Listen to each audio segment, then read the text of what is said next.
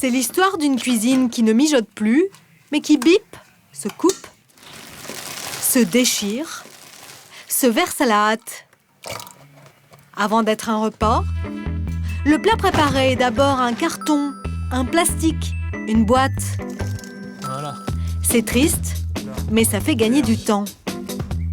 Il y a 10 ans, les Français prenaient 1 heure pour se mitonner un bon petit plat. Aujourd'hui, moitié moins, une demi-heure, pas plus. Au supermarché, voici le top 3 des plats préparés. Les pizzas tout d'abord, puis les recettes du terroir comme le cassoulet, et enfin les pâtes en boîte. Le prêt à consommer, ce sont 22 kilos de nourriture vendue par seconde en France. 7 Français sur 10 y succombent, surtout les jeunes. Mais savent-ils que cette cuisine industrielle participe au déclenchement de certaines maladies ?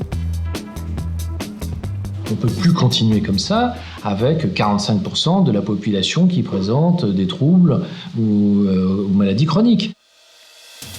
Aujourd'hui, des chercheurs, des scientifiques s'accordent à dire que ces repas-là sont des bombes à retardement médical. On est tous touchés autour de nous. Ouais, c'est ça qui est critique quand même.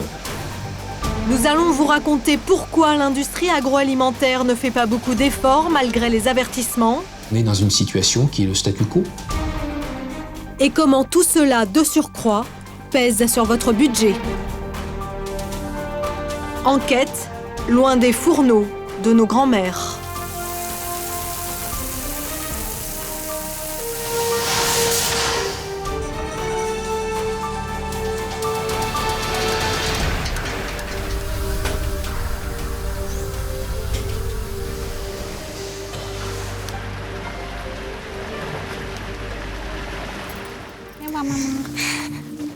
Ok. On y va. Johanna et Bruno ont la trentaine. Ils ont 2 enfants. Et comme beaucoup de jeunes aujourd'hui, ils n'ont pas hérité des talents culinaires de leurs parents. Bien au contraire. Je donne mon sac, mon amour. Viens par là. Une fois par semaine, ils se rendent au supermarché. Ils y achètent bien 3 légumes pour se donner bonne conscience. Maintenant dans les caddies. D'accord ?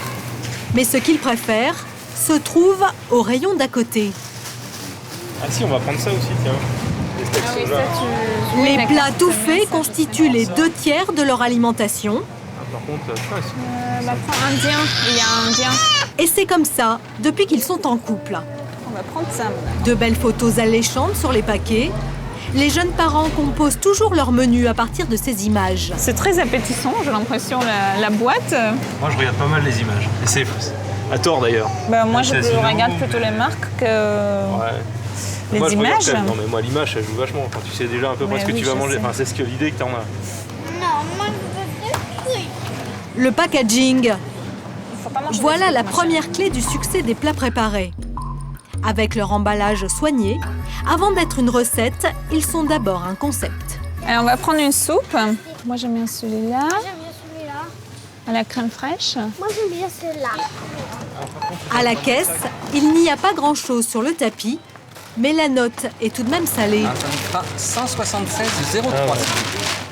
Et Johanna commence à se poser des questions sur le coût de tous ces plats préparés. Si on prend par exemple les pâtes et on fait nous-mêmes au lieu d'acheter une pasta box, je suis sûre que ça arriverait moins cher. Ces fameuses pasta box qui font tiquer Johanna, c'est justement le hit du moment.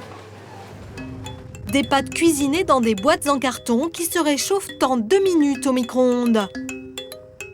Nous partons en Vendée, là où elles sont fabriquées.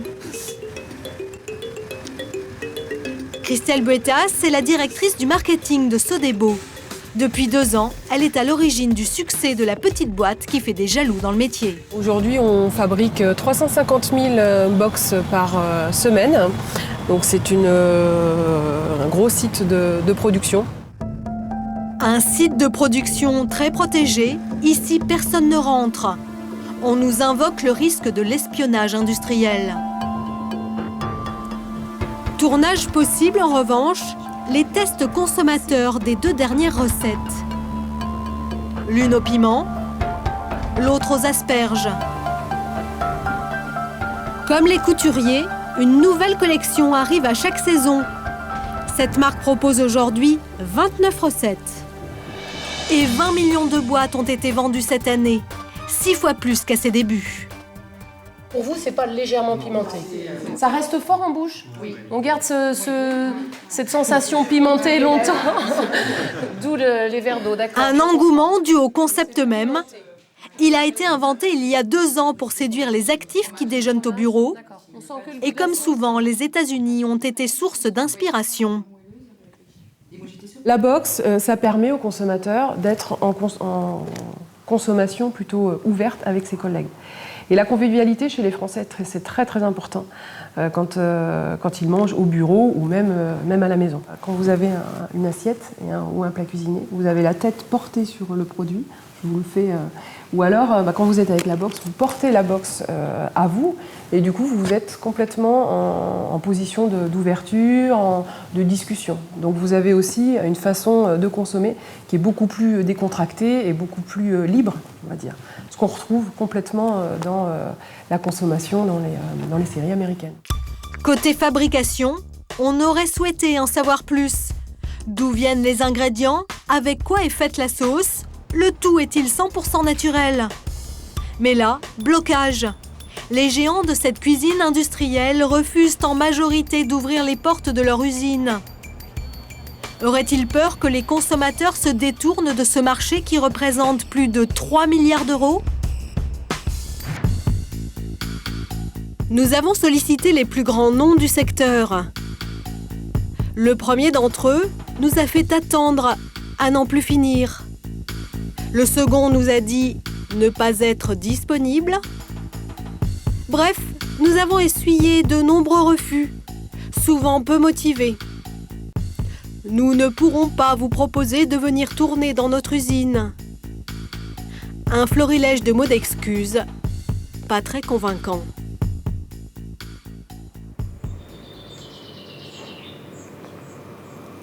En Aveyron, à Cap-d'Enac, nous avons rendez-vous avec un des rares à avoir accepté notre caméra, Rénal et Rocklor, 120 ans d'existence.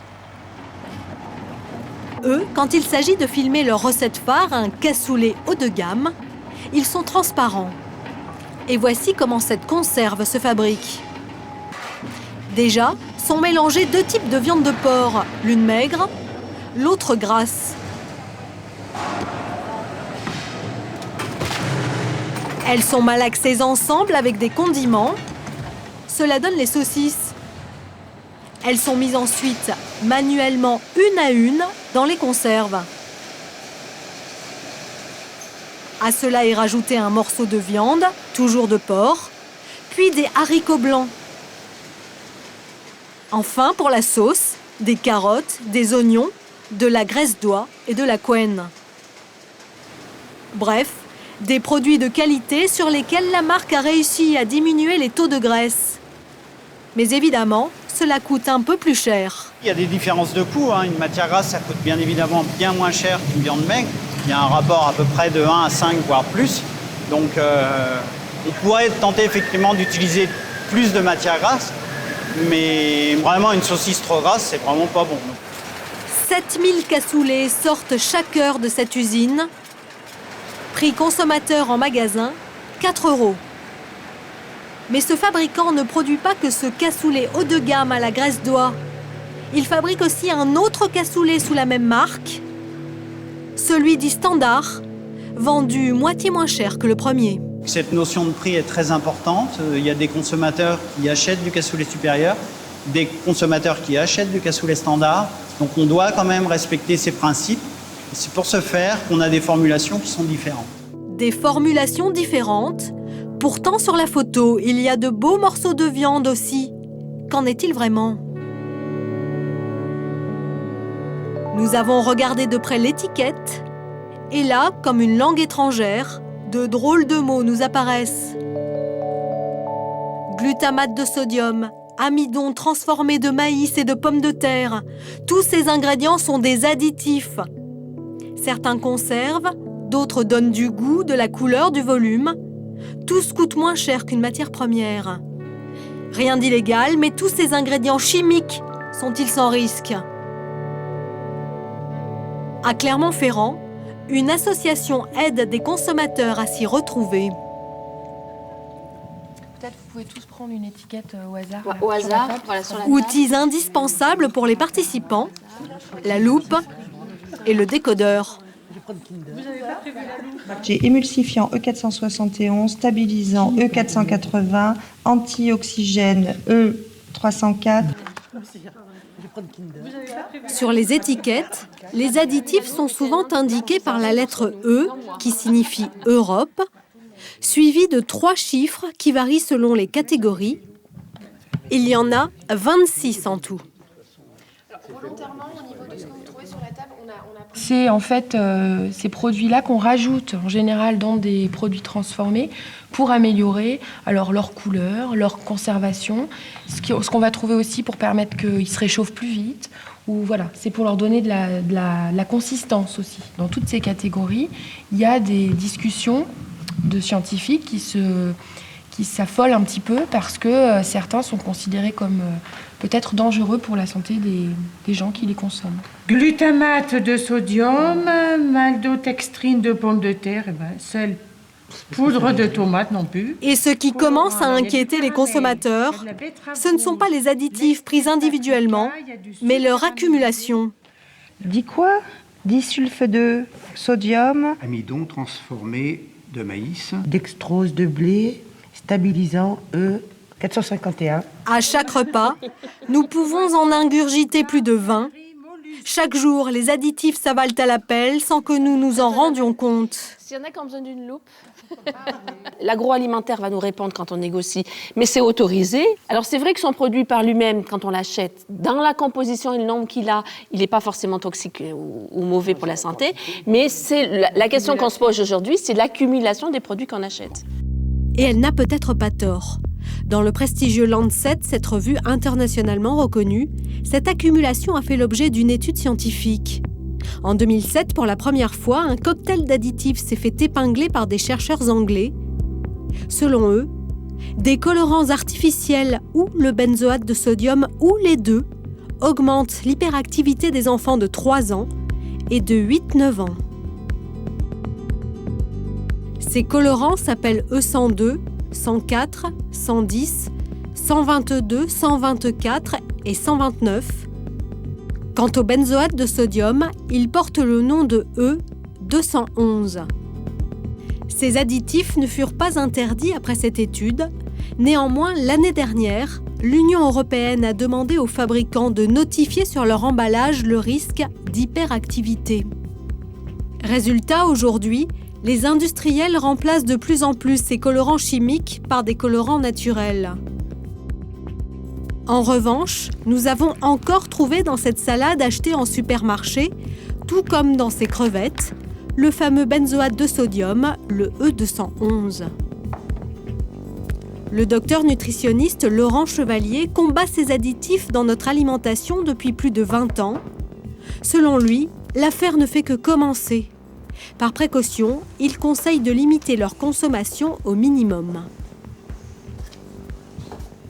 Je crois que pour le consommateur, ce qu'on doit lui dire, c'est que quand il y a plus de 3 additifs, même si c'est arbitraire, on peut reposer le produit ou le prendre de façon tout à fait exceptionnelle. Parce que finalement, les interactions entre les additifs, on les connaît très mal. Ils n'ont pas été étudiés. La méthodologie pour étudier ça n'a jamais été élaborée. Aujourd'hui, plus de 300 additifs sont autorisés en France. Cela fait des centaines de milliers de combinaisons possibles. À ce jour, aucune étude scientifique ne permet d'établir l'innocuité de ces interactions. Bref, c'est l'inconnu dans nos assiettes. Alors tous ces additifs sont-ils utiles? Comme ceux utilisés dans ces manchons de poulet par exemple. Ils ont laissé pantois ces testeurs. Ils travaillent pour un site internet d'information de consommateurs. Quand nous avons fait le test des manchons de poulet, nous avons découvert que le manchon de poulet n'existe pas dans la nature, par exemple. Un poulet n'a pas de manchon. On lui prend un bout de son blanc, on le rajoute sur un os, on refait tenir l'ensemble et donc on doit bien utiliser un produit ou un autre pour faire tenir cet ensemble. Donc là, on a des additifs, on a des éléments qui permettent de faire bien jointer l'os avec la chair. La chair elle-même vient de plusieurs morceaux de poulet. Enfin bon, on ne va pas rentrer dans le détail, mais quand on l'observe, on se rend compte que finalement, plus près on est du produit d'origine, mieux c'est. Sauf que ce n'est pas si simple. Et ces testeurs nous le prouvent grâce à une nouvelle expérience. Cela se passe dans ce pavillon de banlieue parisienne. Elisabeth s'apprête à démontrer que les mères de famille ont bien du mal à aller à l'encontre des goûts de leurs enfants. Alors, je vais sortir mes ingrédients pour préparer un cordon bleu de poulet. Chaque mois, Elisabeth fait tester à sa progéniture et leurs copains une recette. Là, elle a choisi un plat que les enfants réclament souvent, du cordon bleu. Je prends mon escalope. Là, je vais mettre une tranche de jambon. Son but, comparer 5 cordons bleus différents. Déjà, le fait maison. Je vais pouvoir le plier. Qu'elle trempe dans de l'œuf et de la chapelure. Puis, celui du boucher. Alors en fait, j'ai demandé à mon boucher, lorsque j'ai acheté les escalopes, s'ils fabriquaient eux-mêmes leur cordon bleu. Et ils m'ont dit que non, c'est du produit industriel. Et enfin, un cordon bleu d'une marque connue, celui d'une marque à bas prix et celui d'une marque de surgelés.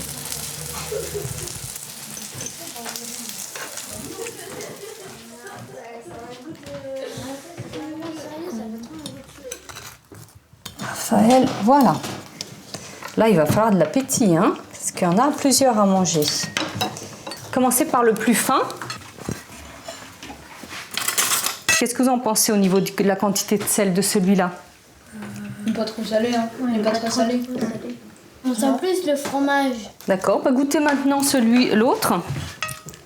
Je sens qu'on sent plus le goût du poulet. Sec, quoi. Un peu plus sec. Mais je sais pas pourquoi j'ai l'impression que c'est un goût de sushi.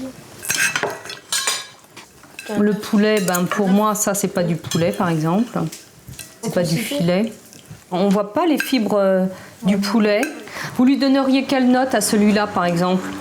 Je sais pas si le moins bon pour l'instant. 6 sur 10. Aux grandes dames de la mère de famille, ce sont les cordons bleus industriels que les enfants préfèrent. Et selon elle, les additifs y sont sûrement pour quelque chose.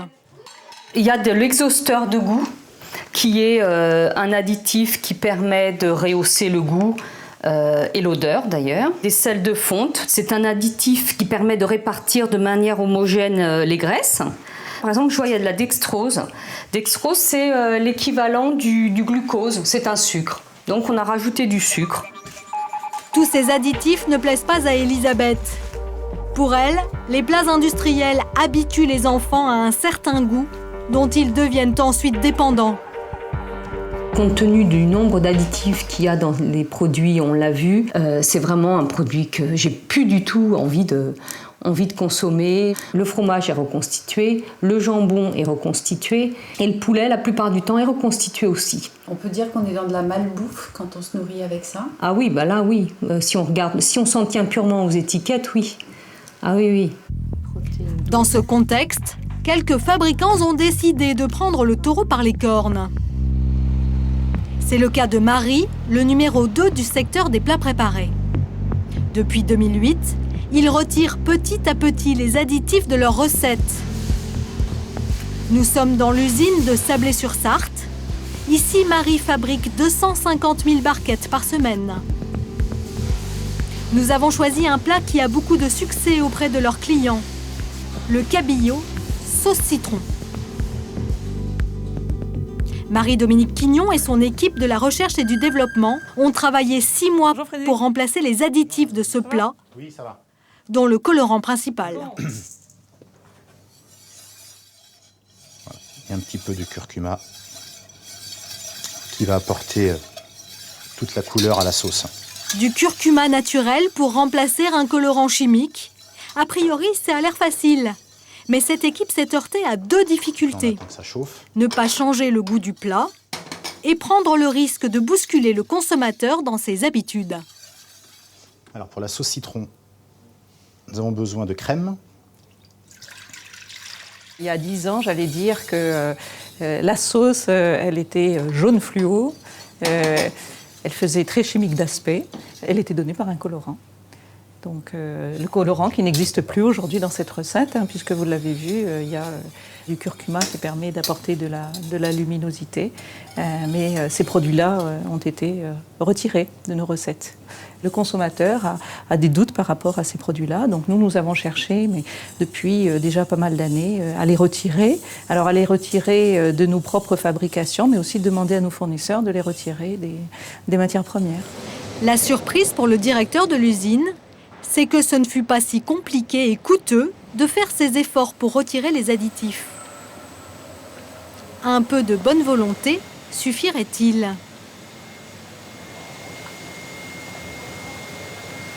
Il a fallu qu'on retravaille sur nos barèmes de température, sur les matières premières aussi que l'on met.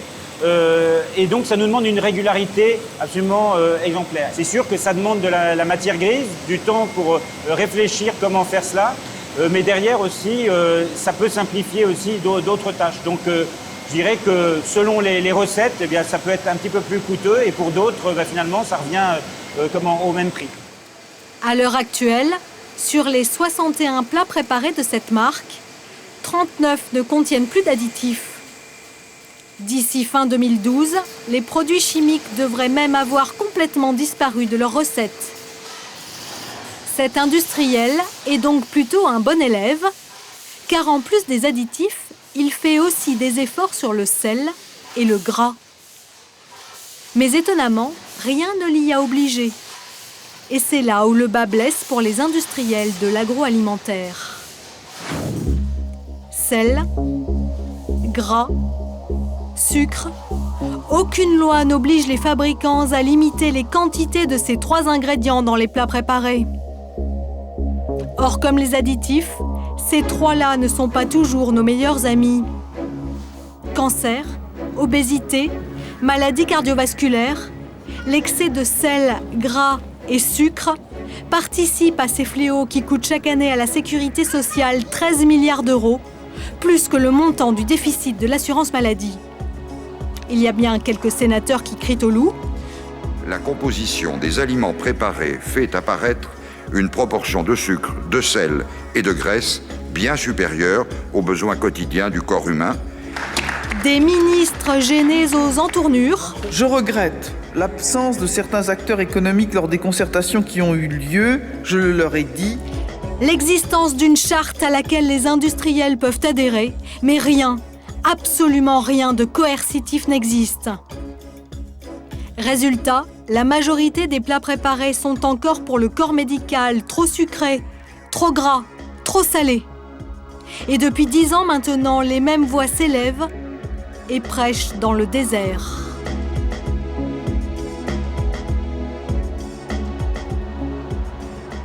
Dans les locaux de la faculté de médecine Paris-Descartes, c'est le cas de Pierre Menton, chercheur à l'INSERM. Il est le monsieur Sel, celui qui a tiré la sonnette d'alarme dès 1998. Aujourd'hui, il est à la limite du découragement. Écoutez, donc le dossier sur le sel, voilà, ici vous avez 6 piles de documents qui représentent une partie seulement des articles qui ont été publiés sur le problème de l'excès de sel depuis 40 ans. Hein. C'est 10 ans, depuis 10 ans maintenant qu'on a essayé de sensibiliser à la fois les professionnels de la santé, les pouvoirs publics, la population sur ce problème, sans grand succès, hein, malheureusement, comme vous pouvez le voir.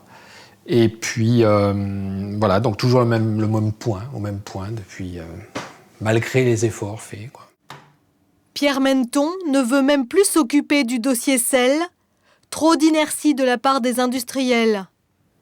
Pourtant, l'hypertension, notamment due à cet excès, ce sont 10 millions de personnes touchées en France. Pourquoi encore si peu de prise de conscience ? Retour chez Johanna et Bruno, le couple de trentenaires qui achètent régulièrement des plats préparés. Tiens, ma chérie. Eux pensent être vigilants et acheter des produits certes tout faits, mais sains, comme cette soupe aux champignons. La soupe est prête, tes amis. Après tout c'est connu, la soupe, c'est bon pour la santé. Tout petit peu. Et il y a plein de légumes. Pourquoi se donner la peine de le faire si c'est bon? C'est là que j'adore. Problème, sans diplôme de diététique, point de salut pour s'y retrouver. À notre demande, Bon, on va regarder l'étiquette. Bruno va regarder pour la première fois le paquet d'un peu plus près. Qu'est-ce que vous aimez alors? Nous leur demandons de s'intéresser au sel. C'est 38%. Cette assiette de soupe apporte 38% de la quantité de sel que nous devons consommer en un jour. C'est beaucoup, et la famille ne s'y attendait pas. C'est-à-dire que là, on a fait un tiers de la journée avec la soupe. Ce qui, ma foi, est quand même pas mal. Ah oui, à savoir que c'était l'entrée. Allez, je vais en revenir. Nous nous sommes amusés à calculer leur apport en matière grasse ce jour-là. À midi, au menu, soupe et pizza. Le soir, hachis parmentier et éclairs au chocolat. Rien qu'avec ces aliments industriels, leur besoin quotidien en gras, environ 50 grammes, est atteint. Cela sans compter le petit déjeuner, la charcuterie en entrée, le fromage. En plus, certains plats industriels sont plus gras que d'autres, comme ce saumon qui semble si léger et qui pourtant contient à lui seul presque la moitié des apports en lipides nécessaires par jour. Pour les associations de consommateurs, une des solutions pour éviter de dépasser ses besoins quotidiens en sucre, gras et sel est de modifier les étiquettes sur les emballages, qui sont encore trop alambiquées. Voilà, donc vous voyez ici, on nous parle de glucides, on nous parle de lipides, on nous parle de sodium. Vous avez un tableau de chiffres qui est incompréhensible. Alors en termes d'étiquetage nutritionnel, nous, ce que nous voulons, c'est un outil qui soit simple, immédiatement compréhensible et qui permet visuellement de comparer entre des catégories d'aliments qui sont plus ou moins grasses, plus ou moins sucrées. Et ce qu'il faut savoir, c'est qu'il existe ce type de modèle. Il y a par exemple le modèle anglais, où vous voyez en termes très simples, donc fat, matière grasse, sugars, le sucre, le sel. Vous voyez donc si une portion d'un aliment est très riche en matière grasse, en sucre ou en sel, en fonction de la couleur. Alors cet étiquetage donc très clair, très illustratif, immédiatement compréhensible, malheureusement, on ne l'aura pas en Europe, tout simplement parce qu'il y a eu un lobbying acharné de la part de l'industrie agroalimentaire pour éviter ce type d'étiquetage qui est tellement simple qu'on comprend tout de suite. En effet, l'intérêt de l'industrie agroalimentaire n'est visiblement pas d'informer les consommateurs sur les qualités nutritionnelles réelles de leurs produits. Il y aurait bien aussi une autre alternative. Pour la découvrir, il faut aller dans le nord de la France. En pleine campagne, nous avons rendez-vous avec un fabricant de plats cuisinés, mais loin, très loin du genre industriel. Edmond Engel s'est lancé dans cette aventure il y a 10 ans. Après une longue carrière chez l'un des géants de l'agroalimentaire, il souhaitait revenir à des méthodes artisanales.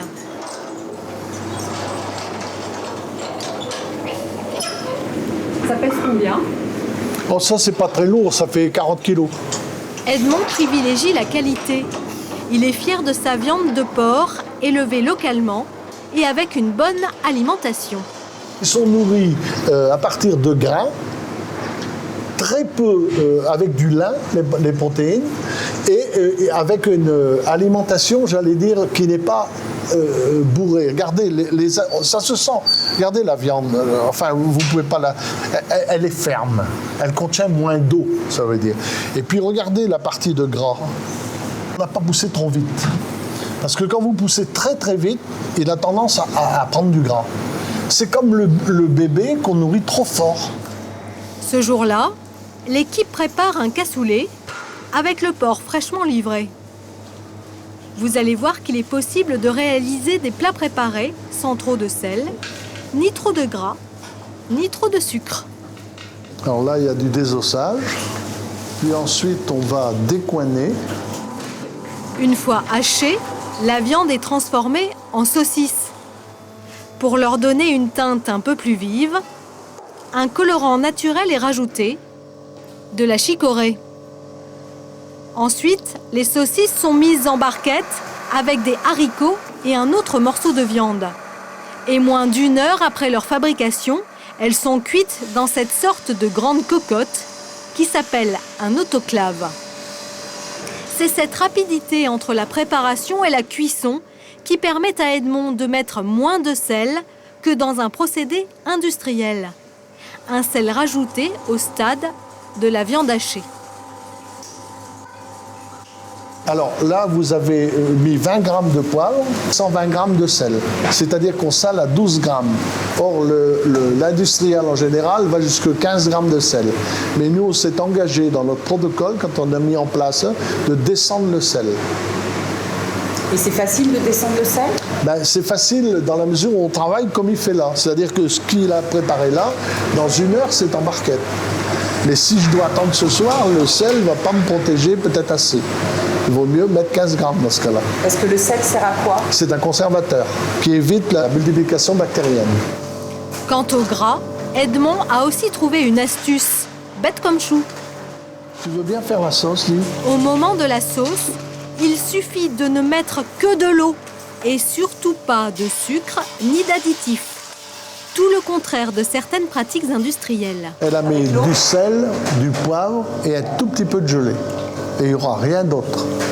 L'eau est calculée pour la cuisson des haricots, faire en sorte qu'ils deviennent bien onctueux, et pour qu'il y ait 15 à 20% de sauce. Côté industriel, les sauces représentent souvent 50% du plat et sont épaissies. Il faut savoir que, par exemple, il y a des plats que vous consommez, je ne vais pas donner de marque évidemment, mais qui sont des mélanges faits en chaudière, qu'on appelle, c'est-à-dire dans une grande bassine, et qui sont injectés dans les barquettes simplement par pression d'air, par tuyau. Flou, flou, flou, flou, une dose. Alors, vous comprenez que la viande est déstructurée, qu'on est obligé de mettre beaucoup de liant pour que dans le tuyau, ça glisse bien.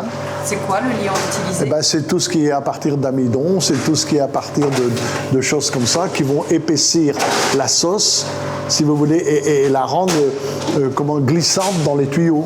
C'est des produits qui sont un peu trop gras, trop sucrés? Trop sucrés pour moi, et peut-être trop gras aussi. Des plats préparés de bonne qualité, c'est donc possible. Même si certains prônent tout simplement le retour à une cuisine faite maison.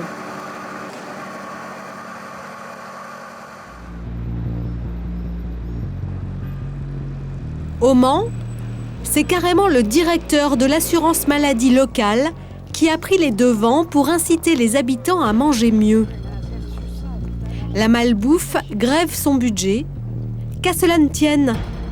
Depuis quelques années, une initiative originale tente le tout pour le tout. Ça se passe ici, dans cette cuisine d'un lycée professionnel. Écoutez, on va se laver les mains, mettre un tablier et on y va. Tous les habitants de la région ayant des problèmes de santé et de poids y sont conviés. C'est gratuit, c'est simple. Au programme ce jour-là, apprendre à cuisiner sain. Je viens de prendre ma retraite et j'ai travaillé énormément avec des horaires complètement décalés. Je mangeais très mal avec des plats préparés. Donc je crois que c'est pas très bon pour la santé. Et comme je fais pas mal de cholestérol, je me suis dit bon, il faut quand même que je fasse très attention. Et c'est pour ça que je me suis inscrite à cette course. J'étais arrivé à 92 kilos.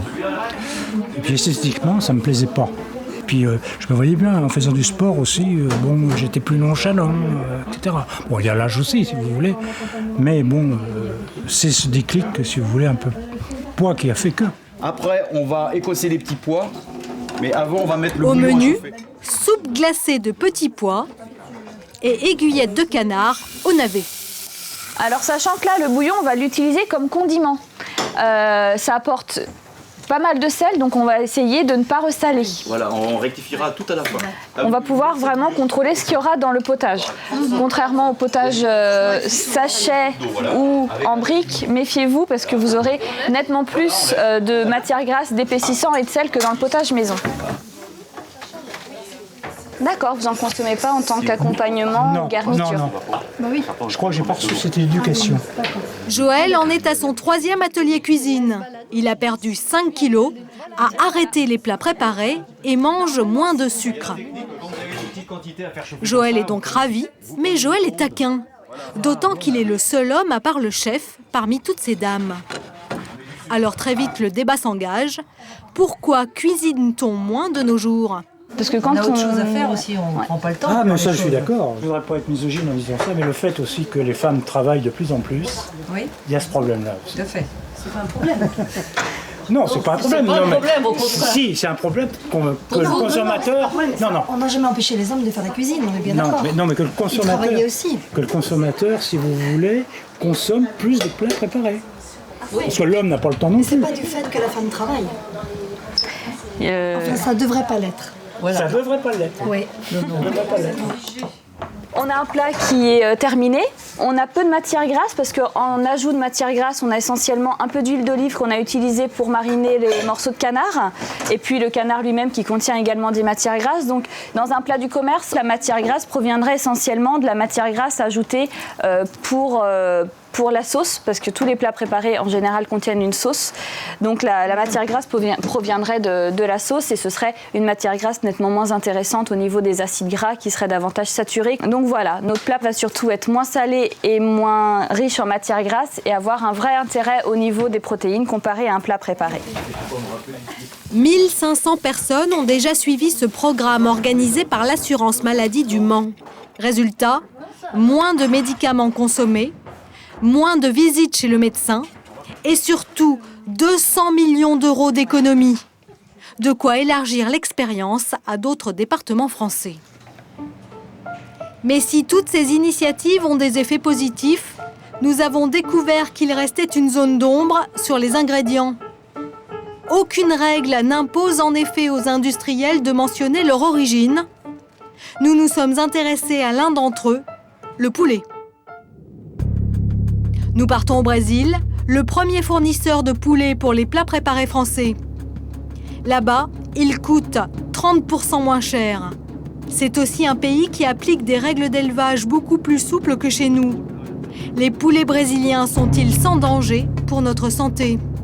Direction le sud du pays, près de 2500 éleveurs y travaillent pour le compte d'un Français, le groupe Doux, installé au Brésil depuis 13 ans.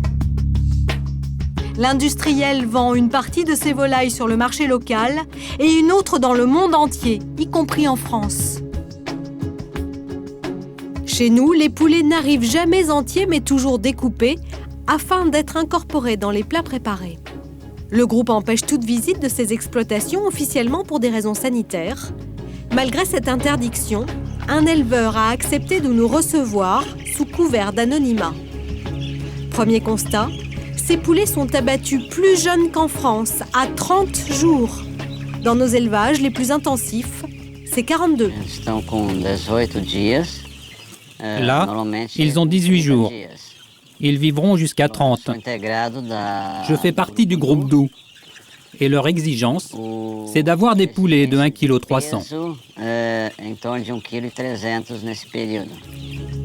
Quand on travaille pour le groupe Doux, les poussins sont fournis. La nourriture aussi. D'ailleurs, l'éleveur ignore ce qu'il donne à manger à ses poulets. Le groupe lui fournit les aliments, sans plus de détails sur leur composition. Je crois que ces rations sont adaptées à chaque période de croissance du poulet. Certaines rations aident au développement du poulet. Je n'ai pas accès à la composition de l'aliment, mais il y a probablement des facteurs de croissance. Problème, il existe différents facteurs de croissance, les naturels et ceux contenant des antibiotiques. En France, ces derniers sont interdits, contrairement au Brésil, où ils sont fréquemment utilisés. Mélangés à de la nourriture, ils stimulent le développement des poussins et préviennent les infections bactériennes.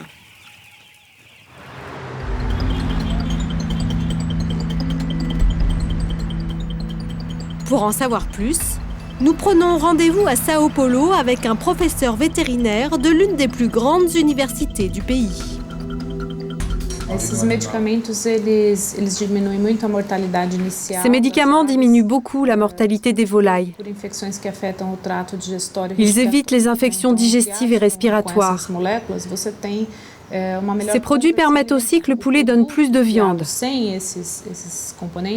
ces produits, l'élevage est plus compliqué et revient plus cher. De 30 à 100% plus cher. Ces antibiotiques, si intéressants pour augmenter les rendements, se retrouvent-ils dans nos assiettes ou bien sont-ils uniquement réservés au marché local ? Retour chez l'éleveur, nous lui citons les 2 principaux antibiotiques interdits en France pour savoir s'il en a entendu parler. Je pense qu'il y a des facteurs de croissance comme de la virginiamycine ou du bacitracine de zinc. Non, je n'en ai pas entendu parler. Est-ce qu'il sait si ces produits sont autorisés dans les pays vers lesquels vont ces poulets, notamment en France? Non, je ne sais pas. Lui, ces produits, est-ce qu'il sait à quoi ça sert? Você já ouviu esses produtos, sabe para que servem? Non. L'homme dit s'en remettre entièrement au groupe industriel français, y compris pour le respect des lois. La société Doux gère tout le processus. Donc c'est eux qui suivent la législation. Nous, on est juste un maillon de la chaîne.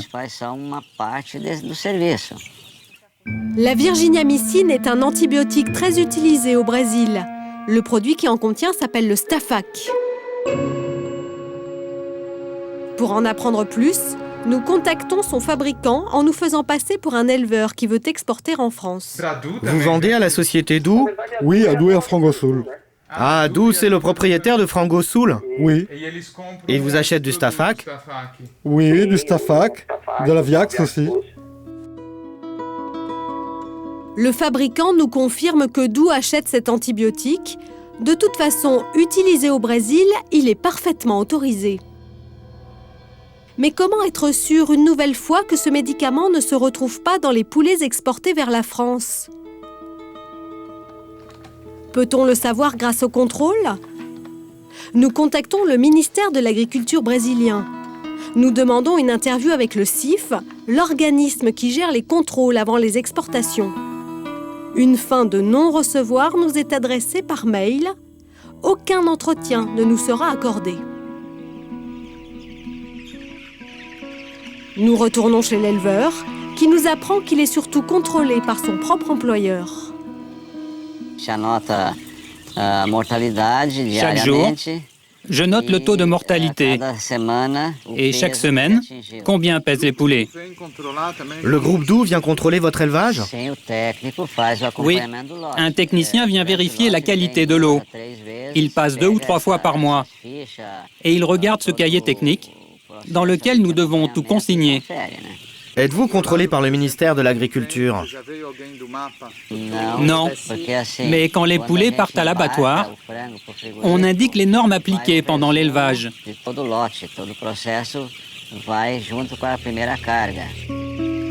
Ces contrôles sont-ils donc suffisants? D'autant plus que certains produits interdits ne laisseraient pas de traces dans la viande. C'est le cas du Stafac, ce produit à base de virginiamycine. Une responsable de la société qui le fabrique nous le confirme au téléphone. Si j'utilise ce produit pour l'exportation, personne ne le trouvera de traces? Cela dépend des pays vers lesquels vous exportez. L'Europe l'a interdit. Même s'il ne laisse pas de traces, pour une raison éthique, vous ne pouvez pas l'utiliser. Mais si je l'utilisais, cela ne se verra pas? Non, il n'apparaîtra pas, car il ne laisse pas de traces. La virginiamycine ne laissant pas de traces, impossible de savoir par nous-mêmes si le Stafac n'est pas utilisé dans l'élevage des poulets à destination de la France. Nous avons bien sûr posé la question à Doux. Le groupe nous affirme garantir la maîtrise de ses circuits d'exportation. Par mail, la direction de la communication nous indique que le groupe n'exporte vers l'Europe que 2% de sa production brésilienne et qu'aucune volaille destinée aux pays européens ne contient de promoteur de croissance. Nos produits font l'objet de contrôles permanents et attestés à chaque expédition par un certificat sanitaire délivré par les autorités nationales compétentes. Par ailleurs, nos clients effectuent à l'arrivée des marchandises sur place leur propre contrôle sur la base du cahier des charges parfaitement défini. Mais du côté du ministère de l'Agriculture français, justement, Nous n'apprendrons rien sur les contrôles effectués en France, malgré nos nombreuses demandes d'interview. Alors, comment manger autrement, mieux et surtout moins cher ? À Clermont-Ferrand, nous retrouvons le groupe de consommateurs éclairés. Cette fois-ci, il va tenter une expérience originale.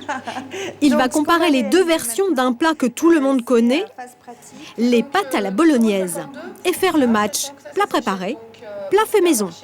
J'ai acheté des pâtes. En ce qui nous concerne, on va travailler avec des pâtes, de la purée de tomates qui ne contient ni colorant ni conservateur, un peu d'huile d'olive, du concentré de tomate, oignons et ail. L'objectif, connaître la différence de prix entre les deux plats. Les participants de cet atelier ont des petits budgets pour se nourrir, 2 € par repas. Comme Jean-Jacques, qui vit seul dans un foyer. Ancien cuisinier, il s'en sort grâce à son savoir-faire. Le plat préparé, c'est l'exception. Les plats préparés, c'est quand même très cher. Là, vous allez prendre une bonne pizza, bon, c'est quand même 4 €, 4,50 €. Bon, même si vous la coupez en deux ou faites 2 repas, vous allez avoir quand même plus de 2 € juste pour la pizza. C'est-à-dire que si vous voulez manger un peu de crudité avec, pour équilibrer, vous voulez manger du fromage, un petit dessert, forcément, vous allez vous retrouver dans un repas qui va vous coûter 4 ou 5 €. Et ça, je peux pas. Ça, c'est pas possible. Pour le groupe, c'est l'heure de la dégustation et de la comparaison. Le tout préparé, moi j'ai un arrière-goût de carton. Je trouve que c'est l'odeur le pire. Pénélope vous a dit que la pasta box était 2,59 € pour une portion d'une personne. Là, on a cuisiné pour 15 personnes, pour un budget par personne d'1,20 €. Un goût meilleur, à presque moitié prix, les consommateurs préfèrent le fait maison. Ils peuvent aussi exprimer ce choix lorsqu'ils remplissent leur caddie. Finalement, au bout du bout, c'est quand même le consommateur qui a encore le pouvoir de décision. Si j'achète pas tel produit ne sera plus commercialisé. Je crois que les gens, ils n'ont pas la conscience que le pouvoir leur appartient encore. De son côté, Johanna a décidé de changer son mode d'alimentation. Elle a fait appel à Benjamin Dariouche, un coach passionné de cuisine qui s'est lancé il y a 2 ans dans la nutrition à base de produits frais. Son credo ? Se passer le plus possible du prêt-à-manger, sans pour autant passer sa vie à cuisiner. Merci. Au revoir. En quelques séances, il va enseigner à Johanna les rudiments d'une nutrition saine. Première leçon, choisir de bons produits. Il y a un point très important, c'est de savoir que les fruits et les légumes, ils ont une différente couleur en accord avec leur teneur en vitamines et en antioxydants. Donc une règle à retenir, c'est toujours d'essayer d'avoir au moins 3 couleurs de légumes dans ton assiette. Si on achète des produits bruts, il n'y a pas d'étiquette, on est sûr de ce qu'il y a dans son assiette, de ce qu'on met dedans, dans son corps. Et c'est évident que ce qu'on met dans son corps 3 fois par jour, toute sa vie, ça a forcément une influence majeure. Là, on va faire quelque chose de très simple. C'est juste une petite soupe de potimarron et de lentilles corail. L'avantage des lentilles corail, c'est que par rapport aux autres légumineuses, elles n'ont pas besoin d'être trempées et elles cuisent assez vite. Et en entrée, c'est toujours bien de commencer par un peu de crudité. Ça nous oblige en plus à mastiquer, ça commence à réveiller la digestion. On va juste faire une petite tomate farcie avec un petit peu d'avocat, d'olive et de basilic, mais très très rapide, quoi. Le coach doit démontrer à Johanna que ses recettes ne prennent pas beaucoup de temps et sont bonnes pour la santé. C'est toujours très bien d'essayer de mettre soit de l'oignon, soit de l'échalote, soit de l'ail. C'est très bon pour la santé. Il y a des composés soufrés qui sont très bons, notamment pour la peau, les cheveux, tu vois, si tu penses aussi à ta beauté. L'ail, c'est excellent pour la circulation. Dernière touche, c'est tout ce qui est épices. Donc là, on va juste mettre un petit peu de cumin. Et c'est beaucoup plus intéressant que du sel pour relever le goût d'un plat. Oui. Il y a juste besoin de laisser cuire à feu moyen pendant 35 minutes environ. Et ce qui est bien, c'est que tu as juste à réchauffer le bol que tu manges ensuite. Et c'est très rapide à réchauffer.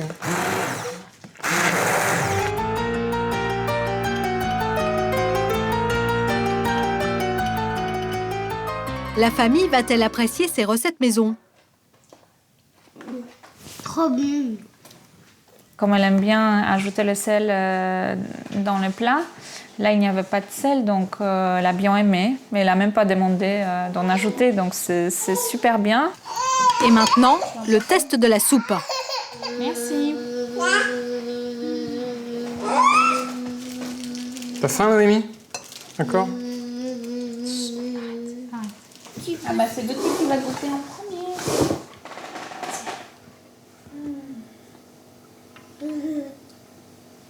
C'est bon. Allez, on va goûter. Noémie bloque sur la soupe. Un peu de sel va peut-être la faire changer d'avis.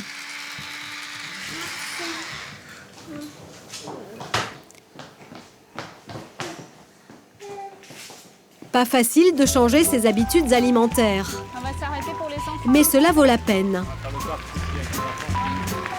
De la chimie en moins dans nos assiettes, des économies pour la sécu et pour notre portefeuille, retourner au fourneau de nos grands-mères sans y être rivés, s'annoncerait-il comme la nouvelle avancée culinaire de demain?